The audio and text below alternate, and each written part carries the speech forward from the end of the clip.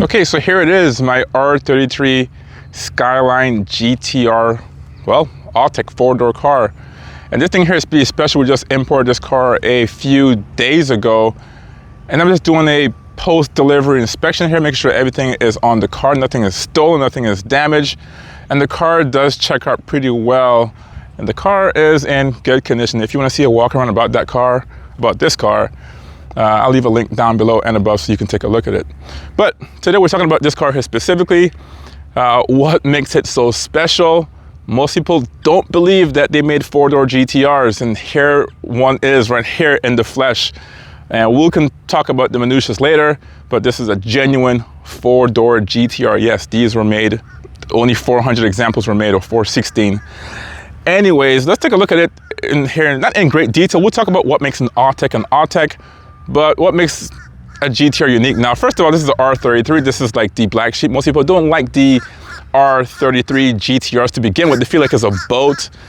It's too large, it's too heavy. Yes, it's heavy, not as heavy as the 34, and still the same powertrain, believe it or not. So, and obviously the front of the car is identical to an R33 GTR coupe or 2-door. Same wide fenders, same front bumper with the grille, same intercooler, same Series 3 headlights, GTR badging, although anyone can put GTR badging on their car, but it does have the GTR badging right there, so it's legit. The same GTR hood, which is lighter aluminum, very, very light. But yeah, same front grille, turn signals. Coming down to the doors here, these are obviously, it's a sedan, so you have 4 doors opposed to 2. It looks amazing. Now, this car here looks very, very identical to the coupe. One subtle difference here is the actual window here. Usually you'll see more of a curve right here, a taper for the 2-door. This one is more square, so this does have the sedan window on here. But everything back here is just sedan. You can see the wide body here a little bit more. Now the cool thing about the GTR 4-door is that they have wider fenders, which makes sense. It's a GTR, not a regular Skyline. And that makes sense, you have the wider fenders right here, but the cool thing is that it's integrated also into the door. So this wider door kind of merges straight into the wide fender here. And we'll talk about, as I said before, what makes a Autech, but you can see how wide that is compared to a typical Skyline here. Obviously there's a lot of space here being a 4-door. These are obviously aftermarket wheels. Now besides here, it's very interesting. It's a GTR, but you have a sedan look. They didn't change it to a GTR coupe look. You still have the signature 4 taillights. We'll talk about that a little later, but you can see it's a sedan window. And the most obvious thing here, there's no wing. And they just decided to not put a wing on here because this is more of a family car, more of a mature, a gentleman's GTR. Hence the reason why they want to have it a little bit more subtle. Here's the GTR badging. Obviously anyone can put a badge on their sedan, so that's not an official way of knowing that it's a GTR, but you have the signature 4 round taillights. It does say Skyline on there, and then the big thing here that this is the 40th anniversary, hence the reason why they made a commemorative car, a GTR in a 4-door version. Here's the Autech version. Obviously this car was made by Autech, which is a subsidiary of Nissan. Autech is like a Nismo. In fact, Autech and Nismo is now one company. They've now integrated and merged into one company. So they're very similar. Same thing on the left side here, passenger side, you can see how wide these fenders are. Probably the most unique part of this whole car is the fender here. And you still have the GT badging here, and then the turn signals. It is a unique car, guys. It's a very special car. Let's go on the inside, take a look at the car. The front and rear does have the GTR subframe. So the chassis itself is a GTR chassis and a 4-door body. The interior here is all GTR, guys, with obviously sedan styling. So sedan doors, so you have the windows up and down. You have 4 for 4 windows, but all the material here is GTR. So you can see this little mesh here with the blue coloring. Same thing with the seats. Mesh with the blue, you can see the blue right here. So they do have GTR seats in there. You have GTR floor mats. The steering wheel is GTR, same thing with the E-brake, parking brake. You have GTR logos everywhere, GTR logo over here as well. And the big thing here is that you have the GTR cluster right here as well. So everything that you would see in the coupe is in here. In fact, when you're sitting in this car, it doesn't feel like a sedan. Believe it or not. And people say that these cars are heavy. I'm not saying it's not heavy. What I'm saying is a well-tuned, a well-balanced GTR, whether it be an R33, R32, or R34, if it's well-balanced, it's gonna feel light. And this car feels light even in a sedan version here. It doesn't make it a GTR, but we have a radio here. Obviously aftermarket, you have the triple gauge right here as well. You have a radar detector built into the console here, which is pretty cool. Windows, speakers, it's pretty cool. The speakers on here is really nice.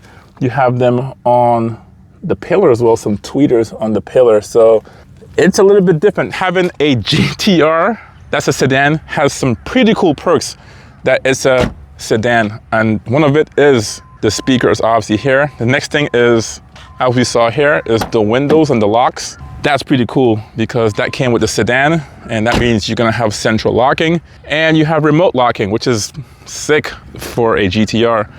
Now in the back here is pretty interesting. Also, you have the same cloth type material here on the seats. You have the GTR seats here in the back, which is unique. We'll talk about this in another video, what makes this car so special. But you pretty much have like 4 bucket seats.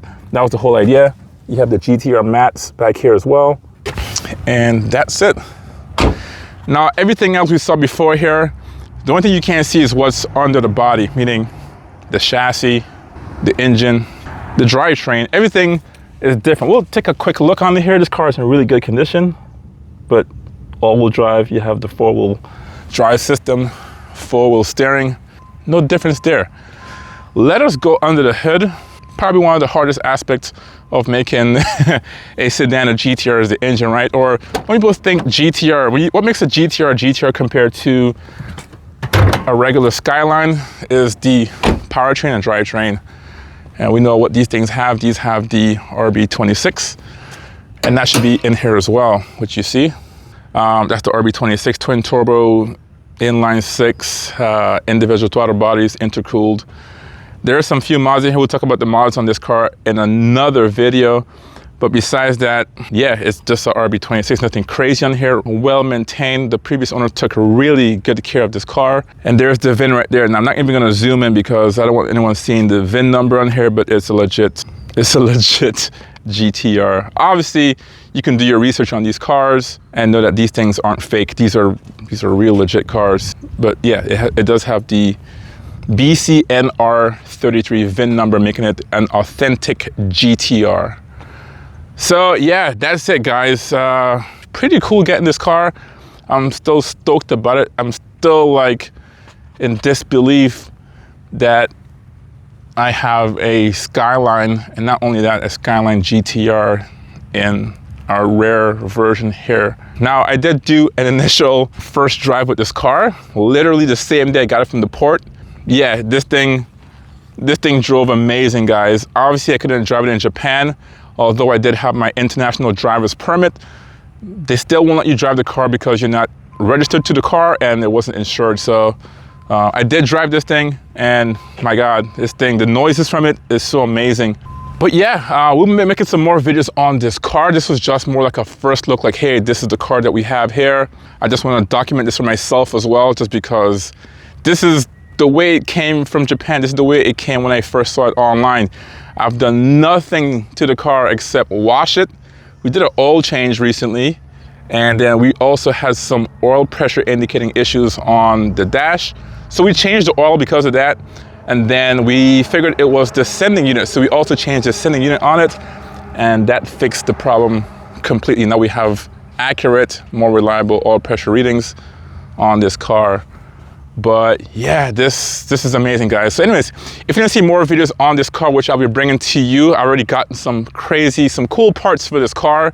We'll talk about what makes this car here super special, what makes an Autech. So if you are interested in this, or why I'm so hyped about this stupid four-door car, people think this is like a Maxima or an Altima.